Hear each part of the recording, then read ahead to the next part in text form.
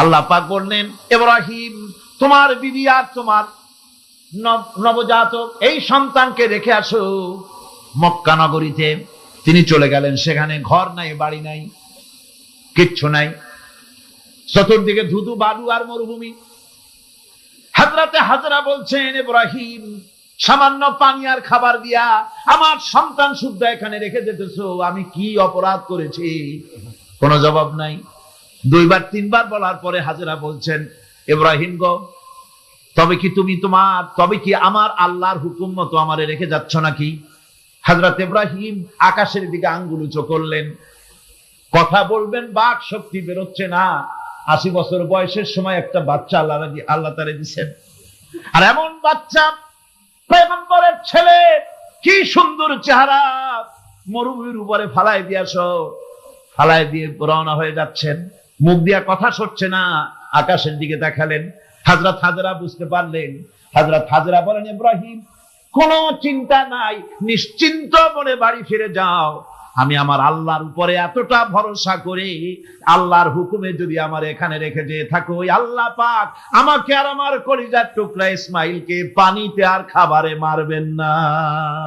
আল্লাহ পাক অর্ডার করলেন, জবাহ করো ছেলেকে। হযরত ইব্রাহিম আলাইহিস সালাম যখন জবাহের প্রস্তাব করলেন, হযরত ইসমাইল তা আপত্তি করতেন, বাবাজি আমার মায়ের আর আমাকে বাচ্চা অবস্থায় ফেলে গেলেন, খাবার দেন নাই, পরার দেন নাই, বছরের পর বছর আমাদের এখানে কাটলো, দেখতেও আসেন নাই, আজ আসছেন জবাহ দিতে।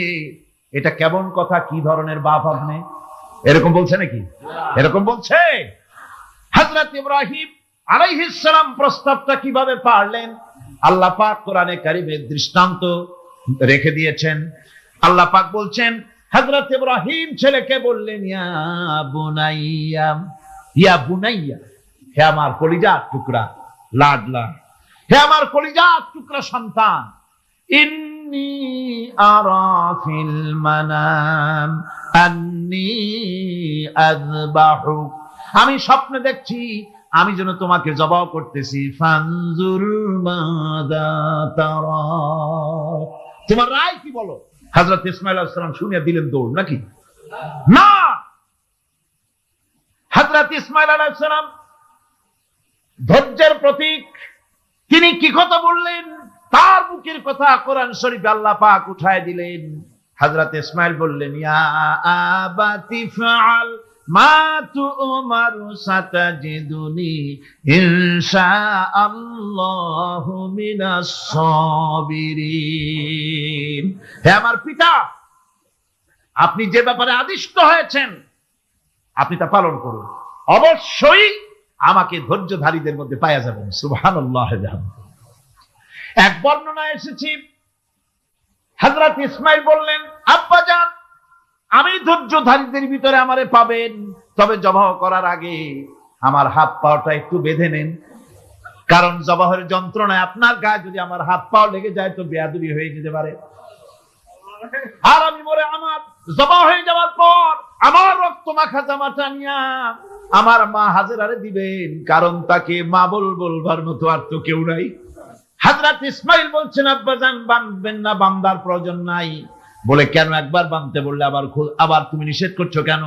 ছেলে বলছেন, আব্বাজান বাঁধবো না এই জন্যে, হয়তো কিয়ামতেই প্রশ্ন উঠতে পারে যে আল্লাহর হুকুমে রাজি ছিল না বলে হাত পা ভাঙা জবাহ করছে, আমি এই সুযোগ দিব না, আপনি জবাহ করেন, আমি এতটুকু নড়াচড়া করব না। মুনাফিকদের পরিচয় সম্পর্কে বলছি। মুনাফিকরা হচ্ছে দ্বিমুখী চরিত্রের লোক। তারা দুই গ্রুপকে খুশি করতে চায়, দুই গ্রুপের মানুষের কাছে ফায়দা লোটার জন্য দুই গ্রুপের সঙ্গে সম্পর্ক রাখে। ইসলাম বিরোধী যারা তাদের সাথেও সম্পর্ক থাকে, আর ইসলাম যারা করে তাদের সাথেও সম্পর্ক রক্ষা করে। কোরআনে কারীম ওদের ব্যাপারে বলা হয়েছে, আল্লাহ রাব্বুল আলামিন বলেন, ফাইন কানা লাকুম মিনাল্লাহি ক্বালু আলাম তাকুম মাআকুম, তোমাদের যদি ফাতহ হয়, তোমাদের যদি বিজয় হয়, মুসলমানদের যদি বিজয় হয়, তাহলে তারা মুসলমানদের কাছে গিয়ে বলে, আমরা কি আপনাদের সাথী ছিলাম না? আমরা তো আপনাদেরই লোক। তো আপনাদেরই লোক, সবসময় আপনাদের কাছে ঘুরেছি, চান্দা টান্দা দেওয়ার চেষ্টা করছি, আমরা তো আপনাদেরই লোক, আজকে আপনাদের বিজয় হয়েছে, এই বিজয়ে আমরাও সামিল। এভাবে করে মুসলমানদের বিজয় হলে তারা এগিয়ে আসে। আর যদি কাফেরদের জয় হয়, তাহলে কাফেরদের কাছে গিয়ে বলে, আমরা তো তোমাদের সাথীরই লোক, আর মুসলমানদের অত্যাচার থেকে বাঁচাবার জন্য তোমাদেরকে আমরা বড় চেষ্টা করেছি, মুসলমানেরা যাতে তোমাদের উপর অত্যাচার করতে না পারে সেজন্য রাত দিন আমরা পরিশ্রম করেছি, আমরা তোমাদের সাথীরই লোক। এই বলে দুই দিকে ফায়দা লুটতে চায়, ওদিকে আপনার মুসলমানদের কাছেও ফায়দা লুটতে চায়, আবার কাফেরদের বিজয় হলে সেখানেও তারা ফায়দা লুটতে চায়। মুনাফিকরা হলো সুবিধাবাদী। মুনাফিকরা কি? সুবিধাবাদী। সুবিধাবাদ জিন্দাবাদ, এই চরিত্রের লোক।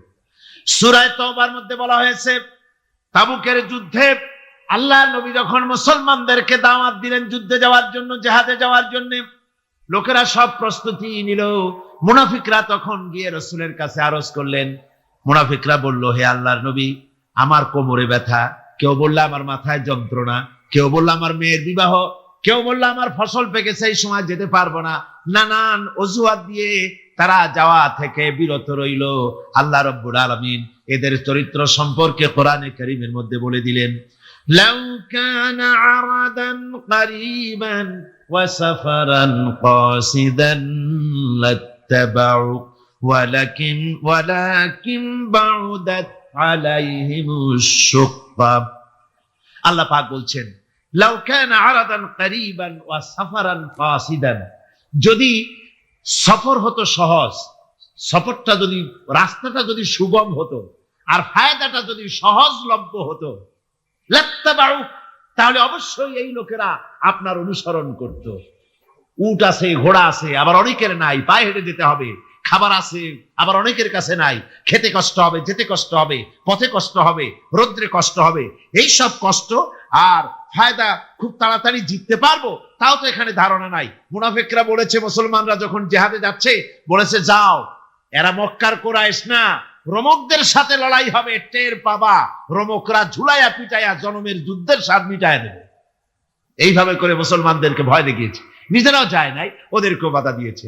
আল্লাহ বলছেন, ও নবী, যদি রাস্তাটা খুব সুগম হতো, আর যাই যদি যুদ্ধে জয়লাভ করার মতো ধারণা ওদের থাকতো, গনিমতের মাল অনেক পাবে, এই চিন্তা যদি থাকতো, লাত্তাবাউ, তাহলে অবশ্যই এরা আপনার সাথে যেত।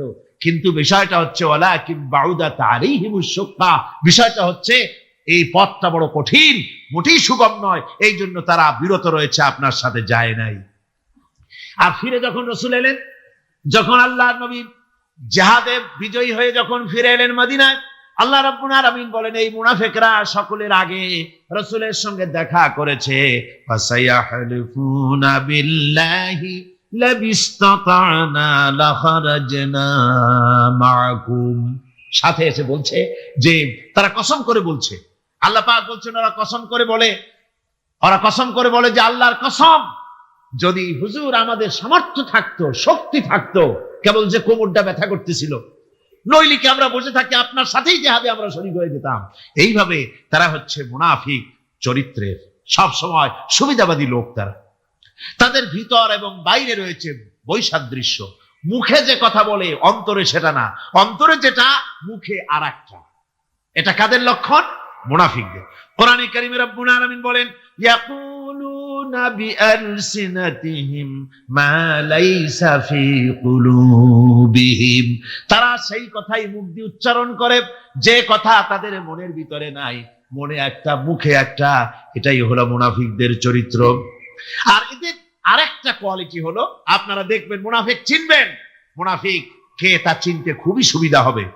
এরা হচ্ছে মুসলিম জাতির বিপদ যদি দেখে দারুণ খুশি হয়। বসনিয়ায় মুসলমানেরা মরে, একটা টু শব্দ করবে না, কিন্তু দেশে যদি কোন রকম কিছু হয় নাই, তাও অস্থির, সাম্প্রদায়িক বলে গালি দিয়া একেবারে চায়ের কাপে ঝড় তুলে বসে। ঠিক কিনা কর? ঠিক কিনা? বাবরি মসজিদ ভাঙা হয়েছে, সেই উপলক্ষে ভারতে শত শত মসজিদ ভাঙতেছে হরহ, সে ব্যাপারে কথা নাই। শনির আখড়া ভাঙলো কিনা তা দেখার জন্য রাত দিন 24 ঘন্টা যাওয়া হচ্ছে। মুসলমানেরা বিপদে পড়লে তাদের কলজা আনন্দে ফুর্তিতে ভরে যায়। মুসলমানের যখন বিপদে পড়ে তারা দারুণ। আর মুসলমানরা যদি সুখ পায়, সমৃদ্ধি পায়, তাহলে তারা বেজার হয়ে যায়, কলজে জ্বলে যায়। আল্লাহ রাব্বুল আলামিন বলেন, ইন তামসাসকুম হাসানাতুন তাসুহুম ওয়া ইন তুসিবকুম সাইয়্যাতুন ইয়াফরাহু বিহা। মুমিনদের যদি ভালো হয়, মুসলমানদের যদি সুখ এবং সমৃদ্ধি আসে, তাহলে মুসলমানদের সুখ সমৃদ্ধিতে তাদের কলিজা জ্বলে পড়ে যায়, অসন্তুষ্ট হয় দারুণ ভাবে। আর যদি মুসলমানদের বিপদ আসে, মুসিবত আসে, খুশিতে তাদের কলিজা একেবারে দারুণ ভাবে তাদের খুশিতে উদ্বেল হয়ে পড়ে। মুনাফিকদের আরেকটি চরিত্র হচ্ছে হকপন্থী এবং বাতিলপন্থীদের রোশানাল হতে নিরাপদে থাকার জন্য প্রতারণামূলক সম্পর্ক রাখে। প্রতারণামূলক সম্পর্ক মুসলমানদের কাছেও ভেড়ে, আবার ওদের সঙ্গেও ভেড়ে। টাকা পয়সা ওদের যদি থাকে, তো এই বেশি টাকাগুলো দেয় ইসলাম বিরোধীদের, আর মুসলমানদেরকে সামান্য সামান্য দিয়া সম্পর্ক রক্ষা করে। জানি না কোন দল ক্ষমতায় যাবে, বলা তো যায় না, কাজে দুই দিকে সম্পর্ক রক্ষা করে তারা চলে। আল্লাহ রাব্বুল আলামিন বলেন, ইউরিদুনা আন ইয়ামানুকুম ওয়া ইয়ামানু কওমাহুম। ওরা চায় দুই সম্প্রদায়ের সঙ্গে সম্পর্ক রক্ষা করে প্রতারণামূলক আচরণ করে নিজেদেরকে টিকিয়ে রাখার জন্য চেষ্টা করে। মুনাফিকদের অবস্থা হচ্ছে, তারা ইসলামের ক্ষতি সাধনের জন্য সারাক্ষণ চেষ্টা সাধ্য করতে থাকে। আর ইসলামের বিচার পদ্ধতি মুনাফিকদের পছন্দ নয়। ইসলামের বিচার পদ্ধতি হলো, চোর পুরুষ হোক আর নারী হোক, উভয়ের হাত কেটে দাও। এ শুনলে তারা বলে এটা হলো বর্বর আইন। জিনার শাস্তি, মদখোরের শাস্তি, হত্যাকারীর শাস্তি, কোরআনে কারীম যে শাস্তি বিধান করেছে, তা শুনলে পরে তাদের দারুণ খারাপ লাগে এবং এ নিয়ে বিতর্ক সৃষ্টি করে। কোরআনে কারীম আল্লাহ এই চরিত্র সম্পর্কে বলেছেন, ইউরিদুনা আন ইয়াতাহাকাবু ইলাত তাগুত। তারা শয়তানের আইনকে প্রতিষ্ঠিত করতে চায়, অর্থাৎ আল্লাহর আইন বিদায় করে দিয়ে মানুষের তৈরি করা মতবাদকে প্রতিষ্ঠিত করার জন্য তারা চেষ্টা চালায়। শুধু তাই নয়, মুনাফিকদের আরেকটা চরিত্র হলো, তারা যদি আজান শুনতে পায়, আজান এবং নামাজ সম্পর্কে তারা কটূক্তি করে। আজান এবং নামাজ সম্পর্কে তারা কটূক্তি করতে থাকে। এটা হলো মুনাফিকদের আরেকটা চরিত্র। আল্লাহ রাব্বুল আলামিন বলেন, ওয়াইদা নাদাইতুম ইলাস সালাতি ইত্তাখাযুহা হুজওয়ান ওয়া লাইবান। যখন আজান তারা শোনে, যখন নামাজের দিকে তাদেরকে ডাকা হয়, তখন তারা ঠাট্টা করে, বিদ্রূপ করে। আরেকটি চরিত্র হলো, সমাজের ভিতরে অশ্লীলতা বাড়াবার জন্য তারা প্রচেষ্টা চালায়। ইন্নাল্লাযীনা ইউহিব্বুনা আন তাশিআল ফাহিশাতু ফিল্লাযীনা আমানু লাহুম আযাবুন আলীম। ঈমানদার লোকদের মধ্যে অশ্লীলতা এরা বেশি করে ছড়াবার জন্য চেষ্টা করে, মানুষকে দুশ্চরিত্র বানাবার জন্য তারা চেষ্টা করে। এইভাবে করে রেডিওর মাঝে, সিনেমার ভিতরে, গানের মাধ্যমে, যাত্রার মাধ্যমে, পত্রপত্রিকার মাধ্যমে নানান ভাবে চেষ্টা চালায় যাতে করে মুসলমানদের মধ্যে চরিত্রহীনতা বাড়তে থাকে, শয়তানি বদমাশি বাড়ে, মানুষ চরিত্রবান হতে পারে এমন কিছু প্রদর্শিত হবে না, বরং প্রদর্শিত হবে মুনাফিকরা চেষ্টাই চালাবে যাতে করে মানুষের দ্বীন ও ঈমান নষ্ট হতে পারে, সেগুলি তারা করতে থাকবে। এগুলি হলো মুনাফিকের চরিত্র। এগুলি কি চরিত্র? কোরআনে কারীমে রব্বুল আলামিন বলেন, ওয়া তারা কাসীরাম মিনহুম ইউসারিউনা ফিল ইসমি ওয়াল উদওয়ান। মুনাফিকদের চরিত্র এটা যে তারা যখনই সুযোগ পায় তখনই খারাপ কাজের দিকে, মন্দ কাজের দিকে ঝাঁপায় পড়ে এবং মানুষদের মন্দের দিকে, গুনাহের দিকে, জুলুমের দিকে, অত্যাচারের দিকে ত্বরিত গতিতে তারা ঝাঁপায় পড়ে। এটা হলো তাদের কাজ। মুনাফিকদের আরেকটা চরিত্র হচ্ছে, তারা যদি নামাজ পড়তে দাঁড়ায়, নামাজ তারা পড়ে মানুষকে দেখাবার জন্য, আল্লাহকে খুশি করার জন্য মুনাফিকরা নামাজ পড়ে না। কোরআনে কারীমে বলা হচ্ছে, ওয়াইদা কামু ইলাস সালাতি قاموا كسالى يراءون الناس। মুনাফিকদের চরিত্র হচ্ছে তারা নামাজে যায় না, যদি যায় তাহলে নামাজের মধ্যে দাঁড়ায় কাহিনী এবং চুস্তি অবস্থায়, নামাজের মধ্যে দাঁড়ায় ইদিক উদিক তাকায়, টুপিটা ঠিক করে, জামাটায় টান দেয়, বগলে চুলকায়, তারপরে নামাজের মধ্যে ইমামকে সতর্ক করে। ইমাম যদি তাশাহুদ পড়তে দেরি করে, ওর নিজের পড়া আগে হয়ে গেছে, ইমাম একটু দেরি করতেছে, তো পিছন থেকে সিগন্যাল মারে।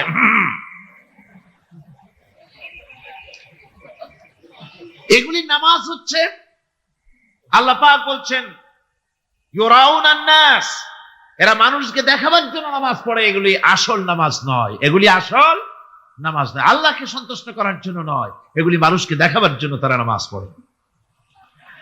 আমার ভাইরা, ইসলামের চরিত্রগুলি, কাজগুলি তারা করতে চায় না, সব সময়ের জন্য ইসলামের সঙ্গে বিরোধিতা করা এবং ইসলামের অপব্যাখ্যা করা, এগুলি হচ্ছে এই মুনাফিকদের চরিত্র, মুনাফিকদের কাজ। মুনাফিকরা চিরটা কাল এভাবে মুসলমানদের সঙ্গে খারাপ ব্যবহার করে এসছে এবং নিজেরা জাহান্নামের পথকে এভাবে তারা করে নিয়েছে। বুঝলেন? কই যে আপনারা জিহাদ করেন কেন? এমনি সহজ পথে কলেমা পড়িয়া অল্পের মধ্যে বেহেশতে যাওয়া যায়, এরকম একটু দোয়া টোয়া শিখান মুসলমানদেরকে। আমাদের কাছে মাঝে মধ্যে আসে, কয় যে মুনাফিক তো সহজে চেনা যায় না, কয় যে হুজুর এই যে বারবার জিহাদ, এই মারামারি, এই ঠ্যাঙ্গি এগুলি আছে নাকি ইসলামের মধ্যে? কোথায় আছে যে মারামারি করা লাগবে, তারপরে মিছিল করা লাগবে, ধর্মঘট করা লাগবে, এ ধরনের জিহাদে অংশ নিতে হবে? এগুলি কি? এগুলি বাদ দিয়া সহজভাবে, শান্তভাবে যাতে করা যায়, অল্প অল্প ছোট ছোট দোয়া শিক্ষা দেন, যাতে করে সহজে বেহেশতে চলে যাওয়া যায়। আমি বলছি ভাই, রাসূলুল্লাহ এরকম আমাদের শিখান নাই যে এরকমের সূরাগুলি বেহেশতে যাওয়ার জন্য আবিষ্কার করে দেব, ছোট্ট একটা দোয়া পড়বেন, আরবে বেহেশত আপনার মামুরির বারান্দা যাই কলা খাওয়া শুরু করলেন। এত সহজে বিষয়টা আসবে না, বিষয়টা খুবই কঠিন। আল্লাহ রাব্বুল আলামিন বলেন মুনাফিকদের চরিত্র হলো, জিহাদের নাম যখন তারা শোনে, জিহাদের নাম শোনা মাত্রই তাদের কলিজা কেঁপে ওঠে। রাআইতাল্লাযীনা ফী কুলুবিহিম মারাদুন ইয়ানজুরুনা ইলাইকা নাযারাল মাগশিয়্যি আলাইহি মিনাল মাউত। যখনই তাদের অন্তঃকরণ নেফাকের রোগে ভরা, নেফাকের রোগ তাদের কেমন ভাবে পেয়ে বসেছে যে ওরা এমন ভাবে তাকায় থাকে আপনার দিকে, রাসূলুল্লাহর দিকে এমন ভাবে তারা তাকায় থাকে যে জিহাদের কোনো কথা বলে ফেলে নাকি, জিহাদের কথা যদি আসে তাহলে তো সর্বনাশ। ওদের মৃত্যু যন্ত্রণার মতো, মৃত্যুর জ্বালায় পতিত ব্যক্তি যেমন চোখ ফ্যাকাশে হয়ে যায়, জিহাদের কোনো কারবার বা যুদ্ধের কোনো দামাডোল বেজে উঠলেই এদের কলিজার মধ্যে কাঁপ সৃষ্টি হয়ে যায়। তার কারণ হচ্ছে জিহাদের ময়দান হচ্ছে এমন এক ময়দান, আল জান্নাতু তাহতা যিলালিস সায়ুফ, বেহেশত হচ্ছে তরবারির ছায়াতলে। এই রাস্তায় যদি মরতে পারি, জীবনে তো বহুত গুনাহ করছি, বেহেশতে যেতে পারবো কিনা আল্লাহই জানে, কিন্তু এই একটা পথ, এইখানে যদি জানটা দিতে পারি, বিনা হিসাবে আল্লাহর জান্নাতে চলে যেতে পারবো। আর শাহাদাতের মত হচ্ছে পিঁপড়ায় কাটার যন্ত্রণার চাইতে বেশি কিছু না। মুমিনদের দিলের জন্য খুশি হয়, আর ওদের দিল দারুণ কষ্ট তারা পেতে থাকে। এদের অবস্থা হচ্ছে যেখানে দ্বীনের কথা হয় সেখানে তারা চুপ করে বসে কথা শোনে, আর যখন দ্বীন ইসলামী আন্দোলনের কথা আসে, জিহাদের কথা আসে, তখন তারা খুব ভয় পায়া এদিক ওদিক তাকায়।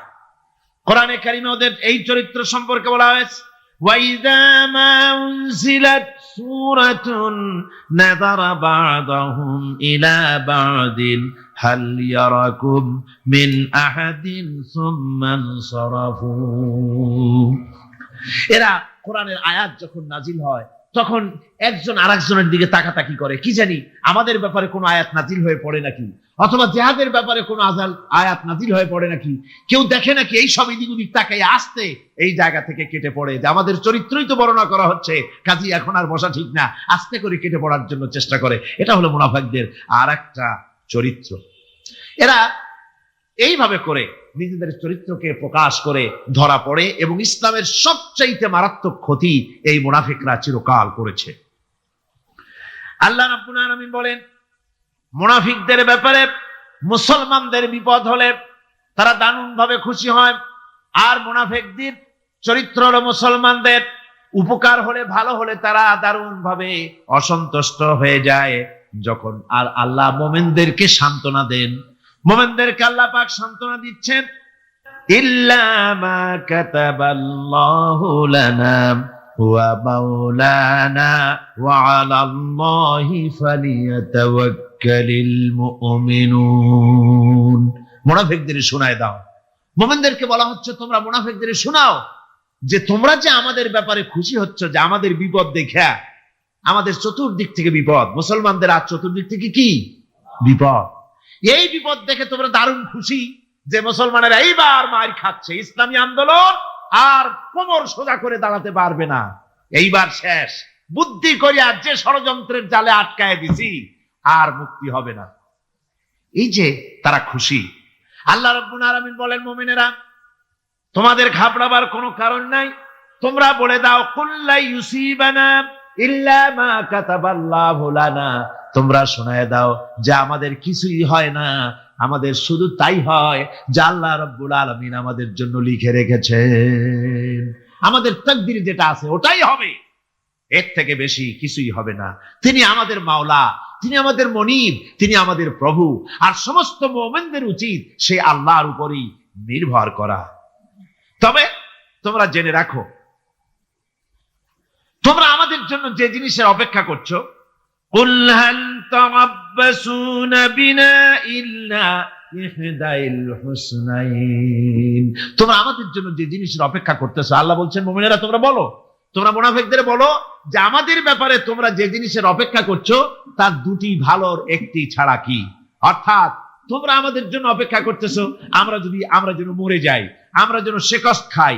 তো আমরা যদি পৃথিবীতে মরে যাই তাহলে তো আমরা শহীদ হয়ে গেলাম, আর আমরা যদি বেঁচে থাকলাম তো আমরা তো গাজী হয়ে গেলাম।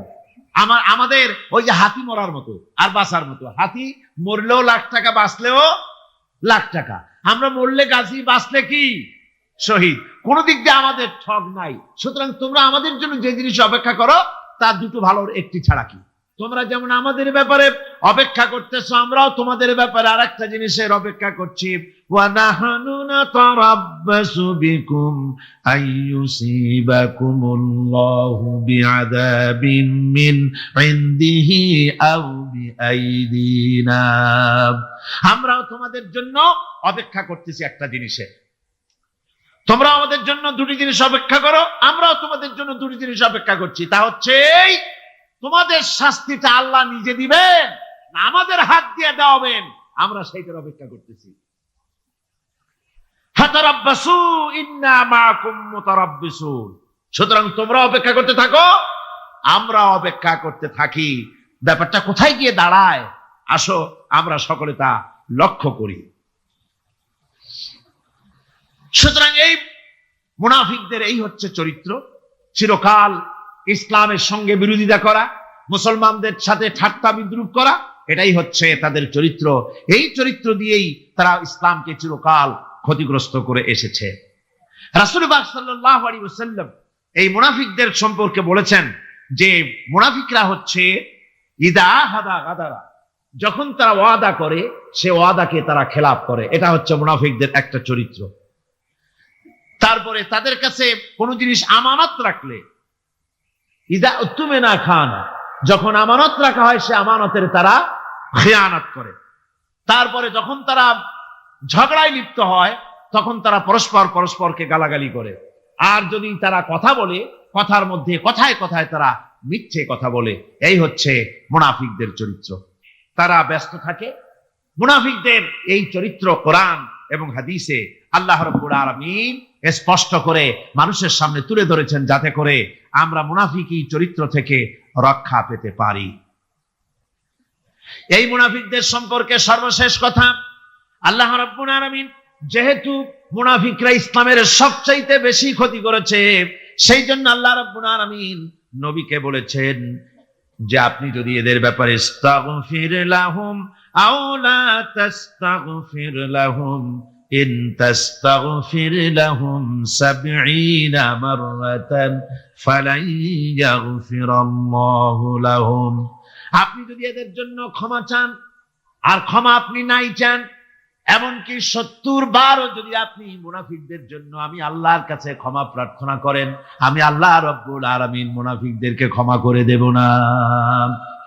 মুনাফিক হচ্ছে চরমভাবে ক্ষতিগ্রস্ত, দুনিয়াও ক্ষতিগ্রস্ত হবে, আখিরাতেও তারা ক্ষতিগ্রস্ত হবে।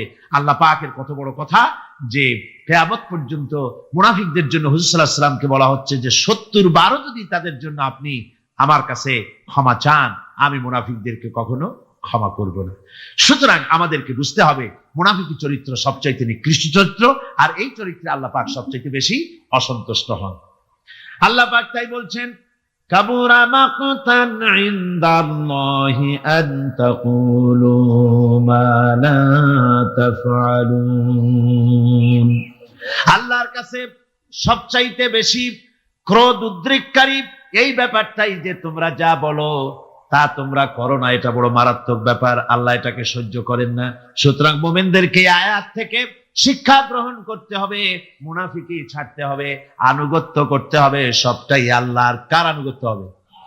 আল্লাহ এবং রাসূলের আনুগত্য জীবনের সকল ক্ষেত্রেই করতে হবে। এটাই মুসলমানদের জন্য ঈমানের সবচেয়ে বড় দাবি। মানুষের তৈরি করা আইন কানুন প্রতিষ্ঠার জন্য দেশ দখল করার সংগ্রাম, মানুষের তৈরি করা মতবাদকে প্রতিষ্ঠা করার সংগ্রাম, এই জাতীয় যত রকমের সংগ্রাম আছে, যত রকমের জিহাদ আছে, এই সমস্ত সংগ্রামকে, লড়াইকে ইসলাম জায়েজ করে না। এগুলি মুসলমানদের জন্য একদম নিষিদ্ধ।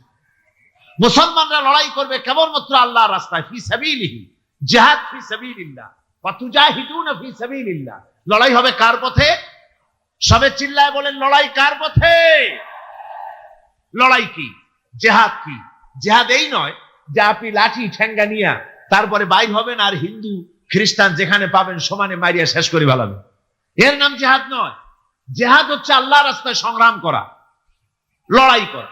সেই লড়াইটা কি?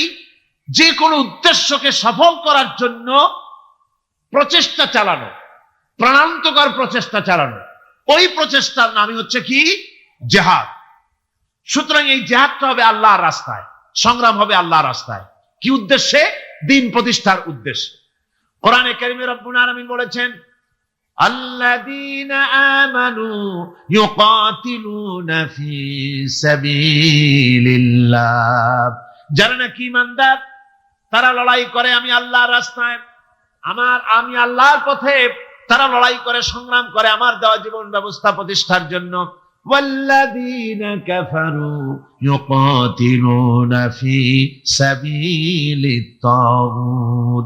আর যারা নাকি কাফের, ভালো করে শোনেন, আল্লাহ পাক বলছেন যারা নাকি কাফের তারাই লড়াই করে মানুষের তৈরি করা তাগুতের পথে লড়াই করে, অর্থাৎ আল্লাহর দেওয়া রাসূলের দেওয়া বিধানকে বাদ দিয়ে মানুষের তৈরি করা, অন্যের তৈরি করা মতবাদ প্রতিষ্ঠার পিছনে সংগ্রাম করে।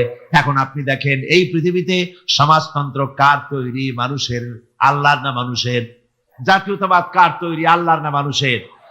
পুঁজিবাদ কার তৈরি? আল্লাহ না মানুষের? সমাজতন্ত্র কার তৈরি? আল্লাহ না মানুষের?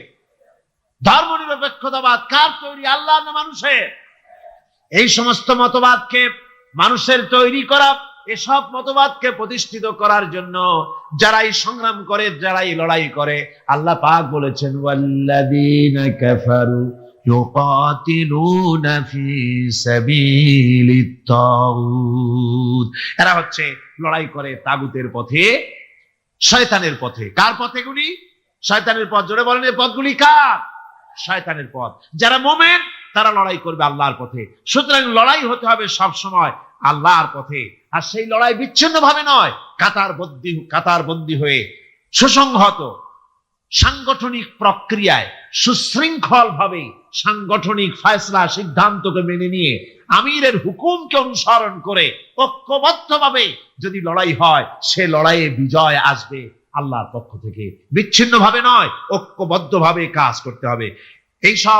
এই আয়াতের মূলনীতির ভিত্তিতে রাসূল পাক সাল্লাল্লাহু আলাইহি ওয়াসাল্লামের নেতৃত্বাধীন এমন এক মহা সামরিক শক্তি গড়ে উঠেছিল, যার সামনে তদানীন্তন রোম, পারস্য পদানত হয়েছিল। সুবহানাল্লাহ পড়ে।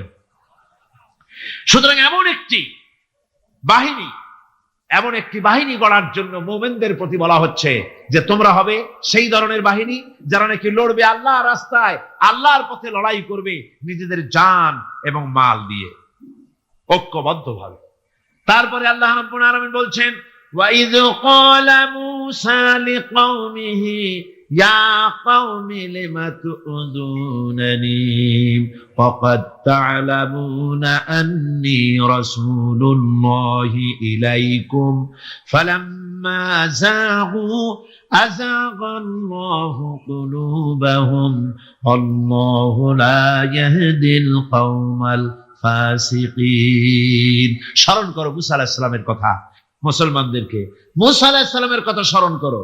তিনি তার কওমদেরকে বললেন, হে কওম, হে আমার জাতি, তোমরা কেন আমাকে উৎপীড়িত করছো, কেন আমাকে কষ্ট দিচ্ছ? ওয়াকাদ তা'লামুনা আন্নী রাসূলুল্লাহি ইলাইকুম, আর একথা তোমরা ভালো করেই জানো যে আমি তোমাদের জন্য রাসূল হয়ে এসেছি আল্লাহর পক্ষ থেকে। বন্ধুগণ, কোরআনে কারীমে একথা বলা হয়েছে, সর্বত্র প্রায় এসেছে, নবীদের উপরে সমকালীন যুগের লোকেরা নবীদেরকে কষ্ট দিয়েছে, মুসিবত দিয়েছে। কারণ কি? নবীদের স্বভাব খারাপ ছিল, তাই নাকি? নাউযুবিল্লাহি মিন যালিক। নবীরা স্বভাব চরিত্রের দিক থেকে সর্বশ্রেষ্ঠ। নবীদের জন্য সমকালীন লোকেরা খেপলো কেন? খেপেছে একটাই কারণ ছিল। নবীদের বিরুদ্ধে খেপার একটি কারণ, তা হচ্ছে নবীরা দুনিয়ার মানুষের সামনে বলেছেন, ইয়া কওমি ইবুদুল্লাহা মা লাকুম মিন ইলাহিন গায়রু। নবীরা দাওয়াত দিয়েছেন, ও আমার কওম, ও আমার জাতি, এক আল্লাহ ছাড়া কারো গোলামি করা যাবে না, কারো আনুগত্য করো না, দাসত্ব করো, গোলামি করো একমাত্র আল্লাহ রাব্বুল আলামিনের। অন্য আয়াতে এসেছে, আল্লাহ পাক বলেছেন, وَلَقَدْ بَعَثْنَا فِي كُلِّ أُمَّةٍ رَسُولًا أَنِ اعْبُدُوا اللَّهَ وَاجْتَنِبُوا الطَّاغُوتَ। আমি এমন কোন জাতি নাই, এমন কোন দল নাই যাদের জন্য নবী প্রেরণ করি নাই। নবীরা গিয়া তাদেরকে বলেছেন, এক আল্লাহর গোলামি করো, আর মানুষের দাসত্ব তাগুতের গোলামি বর্জন করো, আল্লাহর গোলামি করো। এই কথা বলার সঙ্গে সঙ্গে তাগুত সহ্য করতে পারে নাই। তাগুত বলা হয় সেই শক্তিকে, যে শক্তি নিজে শুধু আল্লাহর আইন অমান্য করে বসে থাকে না, অন্যদেরকেও আল্লাহর আইন অমান্য করতে বাধ্য করে। ওরাই খেপে গেল, ওরা খেপে মার আরম্ভ করে দিল। হযরতে মুসা আলাইহিস সালাম মার খেয়েছেন, হযরতে মুসা আলাইহিস সালাম, হযরতে ঈসা আলাইহিস সালাম, ইব্রাহিম আলাইহিস সালাম, নূহ আলাইহিস সালাম, এমন কোন পয়গম্বর আছেন যিনি মার খান নাই? কোরআনে কারীম বলা হচ্ছে, ইয়া হাসরাতান আলাল ইবাদ মা ইয়াতিহিম মির রাসূলিন ইল্লা কানু বিহি ইস্তাহজিউন। আফসোস বান্দার উপরে, এমন একজন রাসূল পাঠাই নাই যার সঙ্গে সমকালীন যুগের লোকেরা ঠাট্টা করে নাই, বিদ্রুপ করে নাই, পাগল বলে নাই, এমন একজনও পাঠাই নাই। যাকেই পাঠিয়েছি তার সাথে সমকালীন লোকেরা ঝগড়া বিবাদ করেছে, মারধর করেছে, অত্যাচার করেছে। কবি সম্রাট আল্লামা ইকবাল रहमतुल्लाह अलैहि বলেছেন, सतीजा का रहा है अजल से ताइम रोज, सतीजा का रहा है अजल से ताइम रोज, चरागे मुस्तफा भी से शरारे बुलावीज। मुस्तफार दीप शिखार साथे, मुस्तफार दीप शिखार साथे আবু লাহাবের অগ্নিস্ফুলিঙ্গের সংঘর্ষ চলে এসেছে। আবহমান কাল থেকে শুরু হয়েছে, আজও চলছে, কিয়ামত পর্যন্ত চলতে থাকবে। তবে কিনা আবু জেহেলের, আবু লাহাবের অগ্নিস্ফুলিঙ্গ নির্বাপিত হয়ে যাবে, আর মুস্তাফা সাল্লাল্লাহু আলাইহি ওয়াসাল্লামের দীপ শিখা জ্বলতেই থাকবে, নিভে যাবে না। সুবহানাল্লাহ পড়ে। يريدون ليطفئوا نور الله بأفواههم والله متم نوره ولو كره الكافرون। কাফের বেঈমানেরা চায় মুখের ফু দিয়ে আমার আলোকে নির্বাপিত করে দেবে, আমার দ্বীনকে দুনিয়া থেকে মিটিয়ে দেবে। আল্লাহ পাক বলেন, আমি আমার দ্বীনকে পূর্ণতা দান করব, জাঁকজমকের সাথে আমার দিন দুনিয়ার বুকে প্রতিষ্ঠিত হবে। তাতে কাফেরদের কলিজার ভিতরে যতই জ্বালা যন্ত্রণা হোক না কেন, ওদের মনে যত কষ্ট হোক, ইসলাম প্রতিষ্ঠিত হবে। আল্লাহ বলেছেন। কে বলেছেন? আল্লাহ পাক। আমি আমার দ্বীনকে পূর্ণতা দান করব। সুতরাং কাফেররা বাধা দিল নবীদের। কারা বাধা দিল? কাফেররা। যারা বাধা দিল তারা সংখ্যায় 3 শ্রেণী। কয় শ্রেণী? ভালো করে মনে রাখে। 3 শ্রেণীর লোকেরা নবীদেরকে বাধা দিয়েছে। মুসা আলাইহিস সালাম বলছেন, কেন আমাকে কষ্ট দিচ্ছ অথচ তোমরা জানো যে আমি আল্লাহর রাসূল। এই যে পয়গম্বরদেরকে বাধা দিল 3 শ্রেণীর লোকেরা। কারা দিল? 3 শ্রেণীর লোকেরা দিল। প্রথম শ্রেণী হচ্ছে রাষ্ট্র শক্তি। প্রথম কারা? 2 নম্বরে বাধা দিল বিত্তশালী, যাদের টাকা আছে, পয়সা আছে, বড় লোক। এই বিত্তশালী ধনাঢ্য ব্যক্তি হলো 2 নম্বর। আর 3 নম্বরে বাধা দিল ধর্মের নামের 1 শ্রেণীর ব্যবসায়ীর দল। তাহলে কয়টা হলো? 3টা। 3 শ্রেণীর লোকেরা বাধা দিয়েছে নবীদেরকে। বর্তমানে তারা আর নাই। জি, বর্তমানেও আছে, ভবিষ্যতেও থাকবে। 3 শ্রেণীর লোকেরাই বাধা দিয়েছে, বর্তমানেও দিচ্ছে, ভবিষ্যতেও। এই 3 শ্রেণীর প্রথম শ্রেণী হলো রাষ্ট্রশক্তি। রাষ্ট্রশক্তি বাধা দিল কেন? কেন বাধা দিল? রাষ্ট্রশক্তি যেমন ফেরাউন, রাষ্ট্রশক্তি নমরুদ, রাষ্ট্রশক্তি হচ্ছে আবু জেহেল, আবু লাহাব, আবু সুফিয়ান, উতবা, সাইবা, মুগীরা। এরা বাধা দিল কুলু লা ইলাহা ইল্লাল্লাহ তুফলিহু। ও মানব সকল, ঘোষণা করে দাও কোনো ইলাহ নাই, কোনো আইনদাতা নাই, কোনো বিধানদাতা নাই, আল্লাহ ছাড়া কোনো উপাস্য নাই, মাবুদ নাই।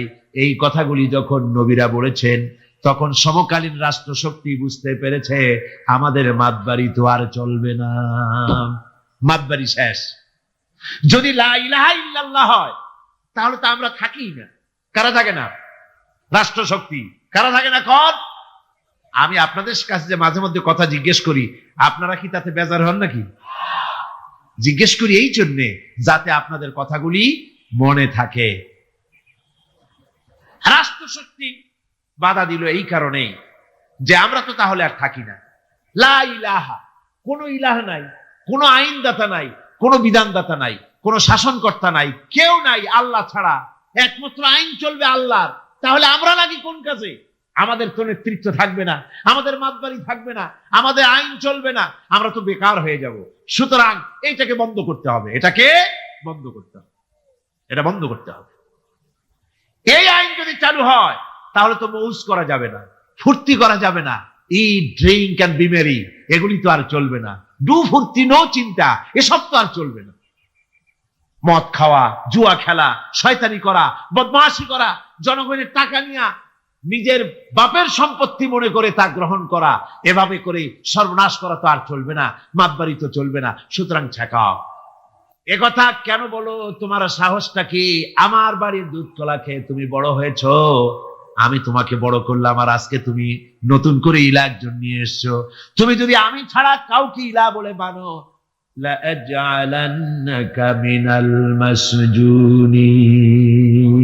অবশ্যই তোমাকে কারারুদ্ধ করে রাখবো, জেলখানায় ঢুকাই দেবো।